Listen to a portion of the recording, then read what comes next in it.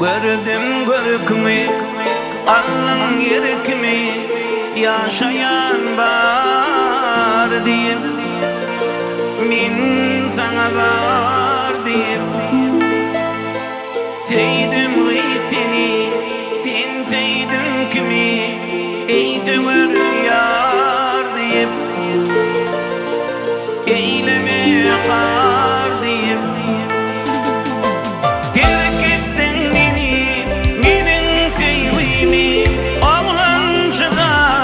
diyip, mircan var diyip, terk ettin beni, benim sevgimi oğlan çıkar diyip, mircan var diyip.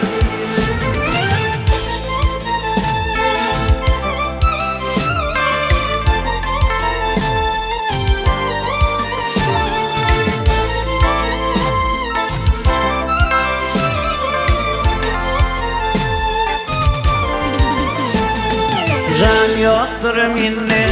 bu canım seninle gitmeyiz bor deyip,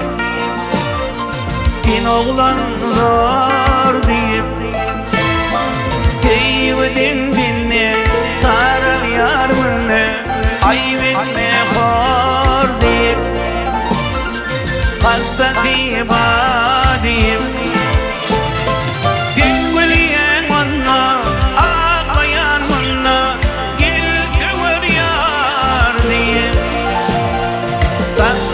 karar deyip,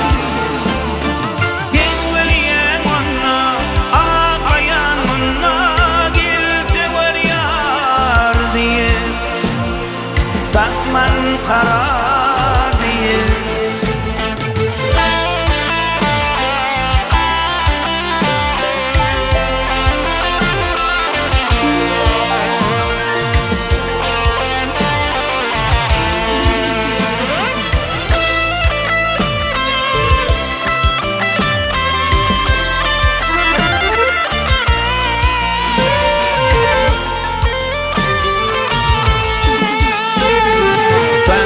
Tedviriyen, dedim de duruyan, bakların